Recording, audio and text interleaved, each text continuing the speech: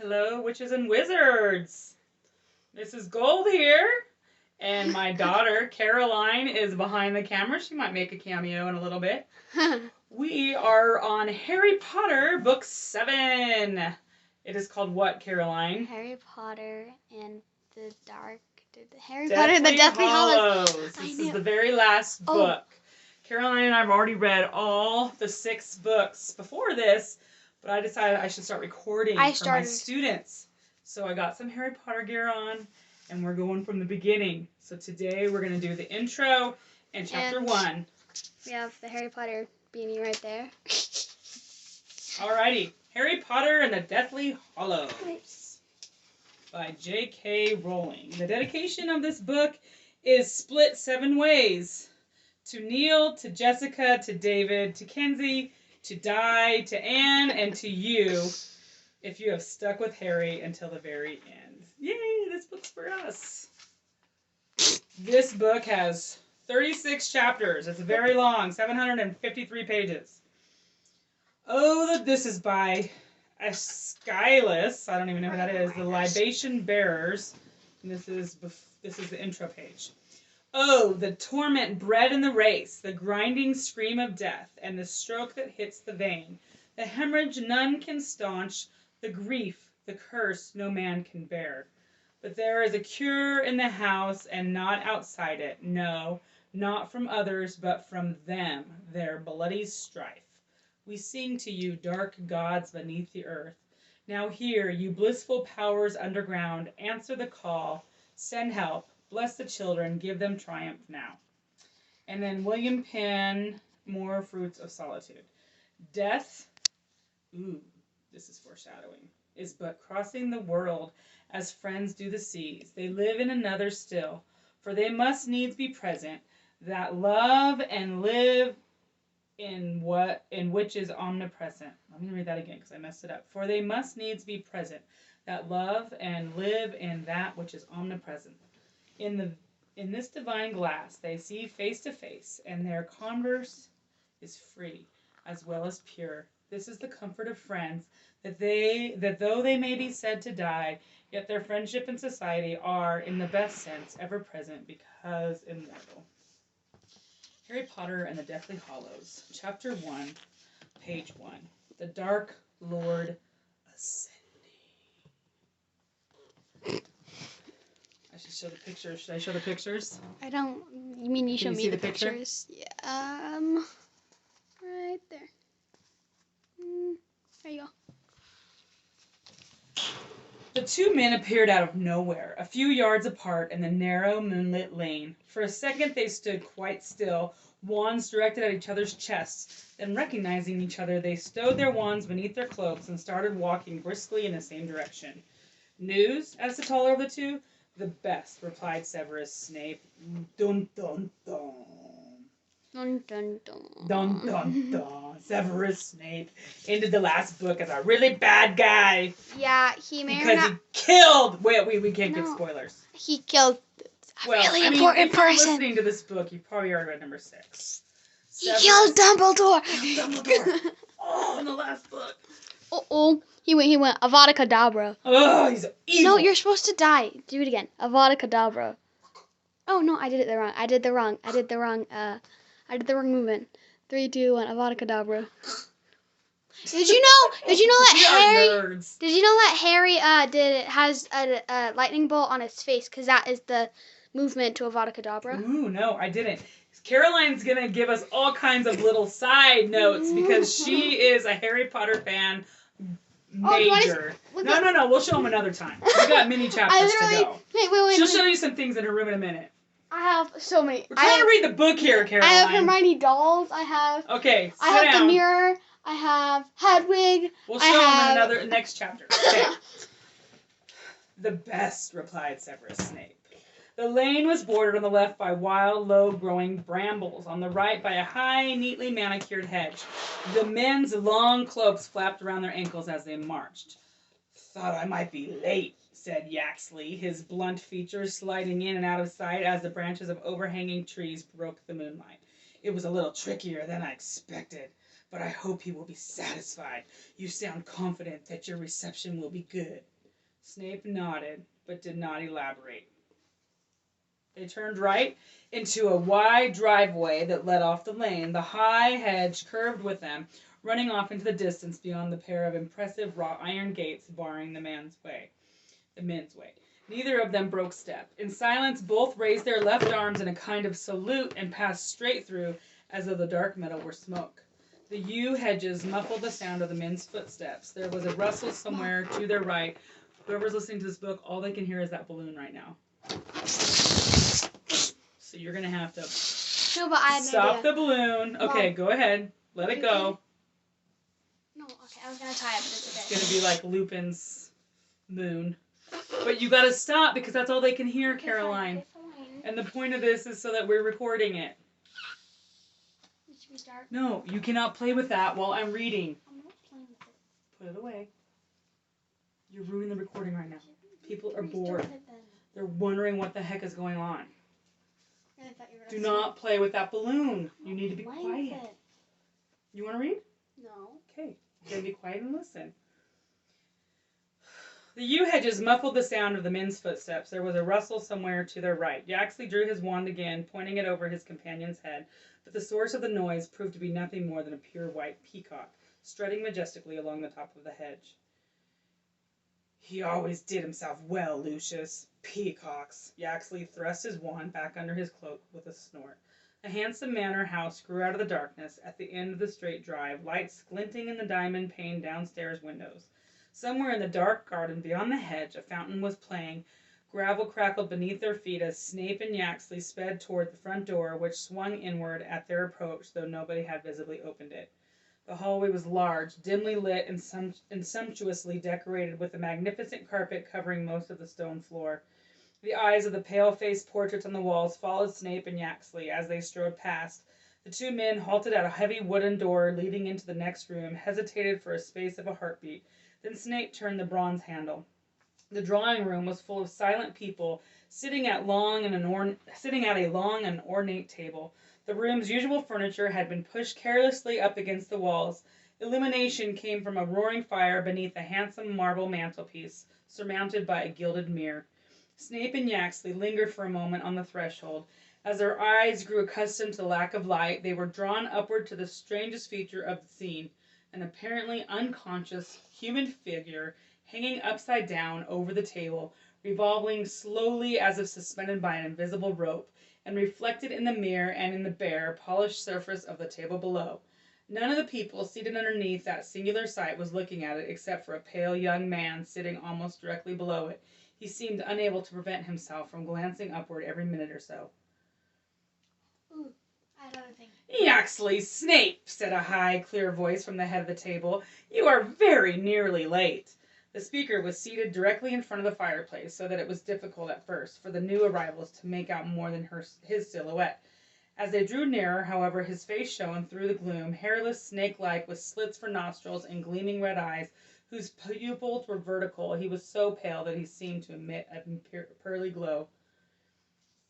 "Severus here," said Voldemort, indicating the seat on his immediate right. Oh, "Yaxley, beside Dolohov." You know that when Lily Potter died, that she was pregnant, and Snape was going to be the godfather of the baby. Oh. So that's how he was like, "You can't die," and he coddled her. I don't know about that. J.K. Rowling said. Oh, really? Mm-hmm. The two men took their allotted places. Most of the eyes around the table followed Snape, and it was to him that Voldemort spoke first. "So, my lord, the Order of the Phoenix intends to move Harry Potter from his current place of safety on Saturday night at nightfall." The interest around the table sharpened palpably. Some stiffened, others fidgeted, all gazing at Snape and Voldemort. "Saturday at nightfall!" I can't do Voldemort very good. "Saturday at nightfall!" repeated Voldemort. At nightfall. His red eyes fastened upon Snape's black ones with such intensity that some of the watchers looked away, apparently fearful that they themselves would be scorched by the ferocity of the gaze. Snape, however, looked calmly back into Voldemort's face, and after a moment or two, Voldemort's lipless mouth curved into something like a smile. "Good, very good. And this information comes From the source we discussed, said Snape. My lord! Yaxley had leaned forward to look down at the long table at Voldemort and Snape. All four faces turned to him. My lord, I have heard differently. Yaxley waited, but Voldemort did not speak, so he went on. Dowlish, the let slip that Potter will not be moved until the 30th, the night before the boy turns 17. Snape was smiling. My source told me that there are plans to lay a false trail. This must be it. No doubt a confundus charm has been placed upon Dowlish. It must not be the first time he is known to be susceptible. I assure you, my lord, Dowlish seemed quite certain, said Yaxley. If he had been confunded, naturally he is certain, said Snape. I assure you, Yaxley, the office will play no further part in the protection of Harry Potter. The Order believes that we have infiltrated the Ministry. The Order's got one thing right then, eh? Said a squat man sitting a short distance from Yaxley. He gave a wheezy giggle that was echoed here and there along the table. Voldemort did not laugh. His gaze had wandered upward to the body revolving slowly overhead, and he seemed to be lost in thought. My lord, Yaxley went on, Dawlish believes an entire party of ours will be used to transfer the body. Voldemort held up a large white hand, and Yaxley subsided at once, watching resentfully as Voldemort turned back to Snape. Where are we going to hide the boy next? I thought that was cat. It's my stomach. At the home of one of the Order, said Snape. The place, according to the source, has been given every protection that the Order and Ministry together could provide. I think there is little chance of taking him here once he is here, my lord, unless, of course, the Ministry has fallen before next Saturday, which might give us the opportunity to discover and undo enough of the enchantments to break through the rest. Well, Yaxley, Voldemort called down the table, the firelight glinting strangely in his red eyes, will the Ministry have fallen by next Saturday? Once again, all her heads turned. Yaxley squared his shoulders. My lord, I have good news on the score. I have, with difficulty, and after great effort, succeeded in placing an imperious curse upon the pious Thickneys.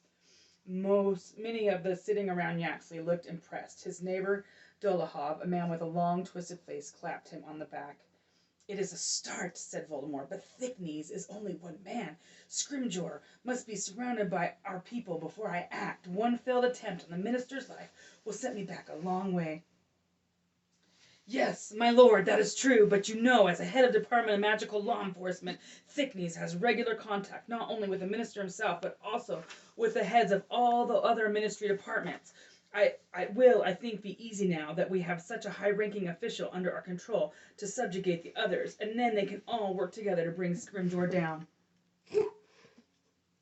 As long as our friend Thickneys is not discovered before he has converted the rest, said Voldemort. At any rate, it remains unlikely that the Ministry will be mine before next Saturday. If we cannot touch the boy at his destination, then it must be done while he travels.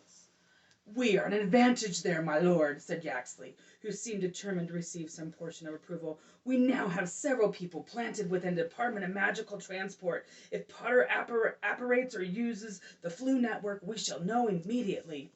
He will not do either, said Snape. The Order is eschewing any form of transport that is controlled or regulated by the Ministry. They mistrust everything to do with the place. All the better, said Voldemort.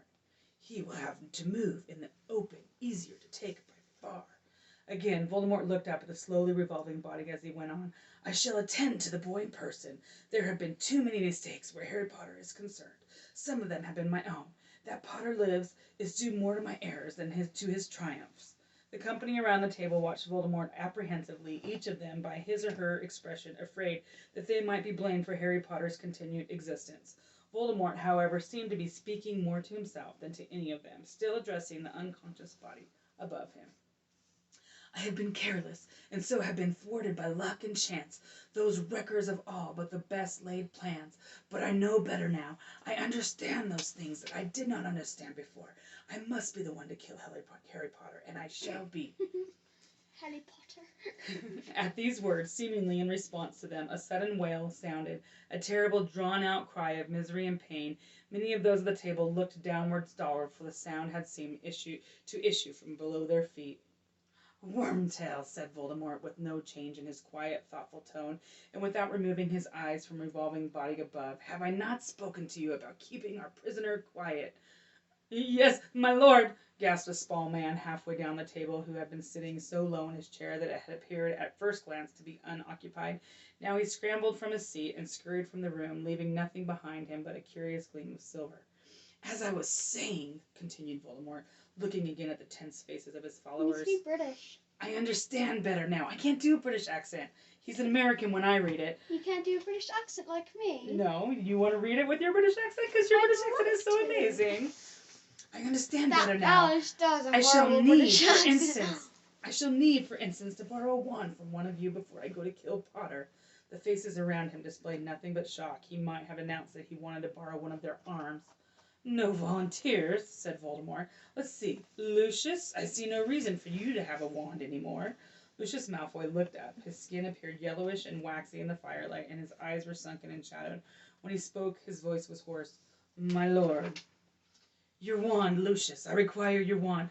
Malfoy glanced sideways at his wife. She was staring straight ahead, quite as pale as he was, her long blonde hair hanging down her back, but beneath the table her slim fingers closed briefly on his wrist. At her touch, Malfoy put his hand into his robes, withdrew a wand, and passed it along to Voldemort, who held it up in front of his red eyes, examining it closely. What is it? Elm, my lord, whispered Malfoy. And the core? Dragon heartstring. Good, said Voldemort. He drew out his own wand and compared the lengths. Lucius Malfoy made an involuntary movement for a fraction of a second. It seemed he expected to receive Voldemort's wand in exchange for his own.